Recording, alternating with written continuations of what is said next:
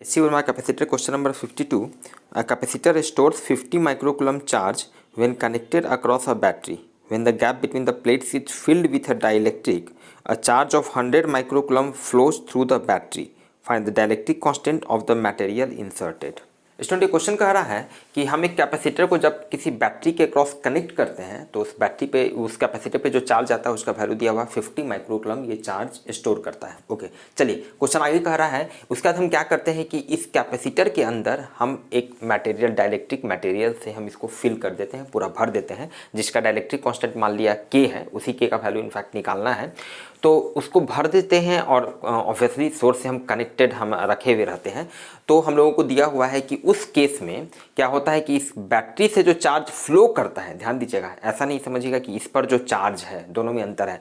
Battery से charge flow करता है, जैसे ही आप मटेरियल को फिल किए, भर दिए और उसके बाद जैसे ही आप बैटरी के क्रॉस इसको हम कनेक्ट किए, उसके बाद क्या होता है चार्ज फ्लो करेगा और जैसे ही ये स्टेडी स्टेट में आ जाएगा चार्ज फ्लो करना बंद हो जाएगा। ठीक है, तो चार्ज जितना जो फ्लो किया है, charge phloem through the battery, उसका वैल्यू दिया हुआ है 100 माइक्रोकूलम्ब। हम लोगों को के का वैल्यू निकालना है।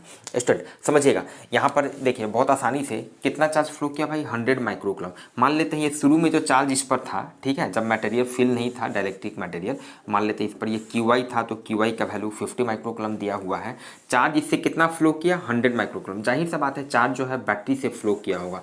क्यों फ्लो किया होगा भाई, जैसे ही आपने इसके अंदर अब एक डाइलेक्ट्रिक मटेरियल जिसका डाइलेक्ट्रिक कांस्टेंट के है फिल कर दिया, तो इसका कैपेसिटी बढ़ गया, के टाइम से इसका कैपेसिटी बढ़ गया। कैपेसिटी बढ़ गया मतलब अब ये ज़्यादा चार्ज स्टोर करेगा। पहले शुरू में कम चार्ज स्टोर किए हुए था, अब ये ज़्यादा चार्ज स्टोर करेगा। चार्ज ये लेगा कहाँ से भाई, इसी सोर्स से लेगा, मतलब कि चार्ज फ्लो करेगा बैटरी से कैपेसिटर की तरफ। क्लियर है, तो ये चार्ज जो फ्लो किया है उसी चार्ज का वैल्यू दिया हुआ है 100 माइक्रोकूलम्ब। इसको मान लिया डेल्टा क्यू से रिप्रेजेंट करते हैं। ठीक है, इस तरह का क्वेश्चन इनफैक्ट पहले भी शायद हम लोग बनाए हैं, तो समझिएगा। तो हम लोग लिख सकते हैं अकॉर्डिंग टू क्वेश्चन। अब मान लेते हैं इस पर फाइनली जो चार्ज आया, चार्ज जितना फ्लो किया और जब स्टेडी स्टेट में आ गया, तो स्टेडी स्टेट में अब इस पर जो चार्ज आया मान लेते हैं ये QF है, ये QF चार्ज है, फाइनल चार्ज। ठीक है, तो समझिएगा अकॉर्डिंग टू क्वेश्चन, ये क्वेश्चन के हिसाब से हम कह सकते हैं कि भाई डेल्टा Q, ये जो चार्ज फ्लो किया भाई, कितना चार्ज फ्लो किया होगा, तो फाइनल इस पर जो चार्ज आया और माइनस इनिशियल चार्ज आया। पहले भी किए हैं इस तरह का काम।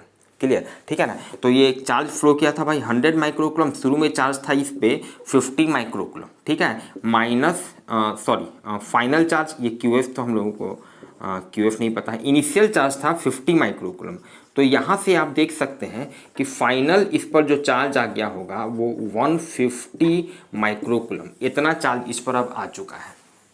ठीक है, चार्ज ज़्यादा आ चुका है। हम लोगों को निकालना है के का वैल्यू निकालना है। कैसे सोचेंगे भाई, तो भाई के का वैल्यू निकालना है तो जाहिर सा बात है डायरेक्ट हम लोगों का ध्यान जाएगा इसके कैपेसिटेंस वाले फॉर्मूला पे, क्योंकि कैपेसिटेंस वाले फॉर्मूला में ही ना के एप्सिलॉन नॉट A/D, वहाँ पे के आएगा। तो देखते हैं, अब समझिए यहाँ पे शुरू में क्या है, यहाँ पे QI का जो वैल्यू दिया हुआ है, तो यहाँ से देखिए हम लोग लिख सकते हैं इसका जो कैपेसिटेंस होगा, मान लेते हैं बैटरी का जो EMF मान लिया V हम मान लेते हैं, तो इसका कैपेसिटेंस कितना हो जाएगा, एप्सिलॉन नॉट A/D। मान लिया प्लेट के बीच का सेपरेशन D है, प्लेट एरिया A है, तो इसका कैपेसिटेंस हो जाएगा एप्सिलॉन नॉट A/D। ठीक है, और इतना इसका कैपेसिटेंस हो गया, इसमें V से मल्टीप्लाई किए तो इतना इस पर चार्ज हो गया, और इसी का वैल्यू हम लोगों को दिया हुआ है QI, मतलब कि ये 50 equals to epsilon naught A V/D।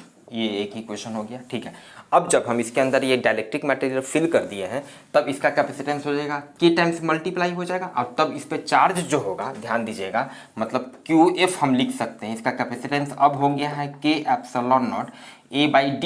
ठीक है, और ये इसके अक्रॉस पोटेंशियल तो सेम है, V सेम सोर्स से हम कनेक्ट किए हुए हैं, सेम सोर्स से। ठीक है, तो अब इतना चार्ज हो गया, तो यहाँ से भाई देख लीजिए आप QF का वैल्यू हम लोग निकाल चुके हैं 150, QF का वैल्यू है 150, और के एप्सिलॉन नॉट A V/D, ये इतना का वैल्यू है 50, तो K × 50, और यहाँ से K का वैल्यू निकल गया थे।